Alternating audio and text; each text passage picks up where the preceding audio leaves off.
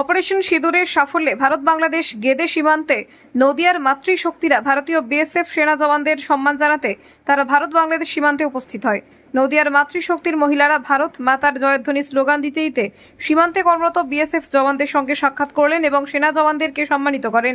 এই কর্মসূচিতে উপস্থিত ছিলেন মহিলা মোর্চার সভানেত্রী কণিকা বিশ্বাস ও রানাঘাট দক্ষিণ সাংগঠনিক জেলার বিজেপি সভাপতি অপর্ণা নন্দী ছাড়াও উপস্থিত ছিলেন একাধিক বিজেপি কর্মী সমর্থক থেকে। কারণ ভারত বাংলাদেশের সীমান্ত, এই সীমান্তে আমাদের যারা বিএসএফের কর্মরত অফিসাররা তারা দিন রাত এক করে প্রতি মুহূর্ত তারা পাহারা দিচ্ছে ভারতবাসীকে সুরক্ষা প্রদান করার, ভারতবর্ষের নারী সম্প্রদায়কে সুরক্ষা প্রদান করছে, ভারতবর্ষের সমস্ত স্তরের যুব সমস্ত আমরা যারা ভারতবাসী তাদেরকে রক্ষাদানের জন্য তারা দিন রাত আপামর সময় তাদেরকে ব্যয় করে তারা মরণপণ ঝুঁকি নিয়ে এই বর্ডারে তারা দিন রাত পাহারা দেয়।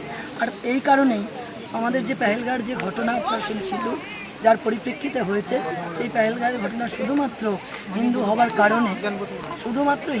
কারণে ধর্মের ভিত্তিতে আমাদের ভারতীয় হিন্দু নারীদের সিঁদুরকে মুছে দেওয়া হয়েছে বেছে বেছে।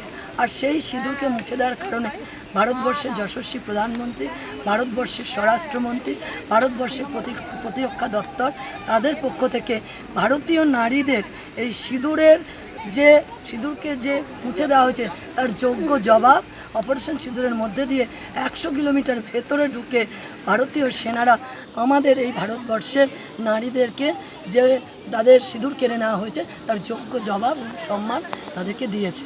আর এই কারণেই আজকে গেদে বর্ডারে এই যে সীমান্তে যে সমস্ত বর্ডার সিকিউরিটি ফোর্স যারা কর্মরত অফিসার আছেন তারা আমাদের কাছে দেবতুল্য, তারা আমাদেরকে রক্ষা করে, আমাদের রক্ষাকর্তা, তাদেরকে সম্মান অভিনন্দন এবং আগামী দিনে আরও শুভেচ্ছা জানানোর জন্য আমাদের এটা সমাজের মাতৃশক্তি, আমাদের যারা হিন্দুত্ববাদী সমস্ত মাতৃশক্তি মিলে এই কার্যক্রমে অংশগ্রহণ করে। আপনার পরিচয়টা? আমার নাম অপর্ণা নন্দী, আমি একজন মাতৃশক্তি।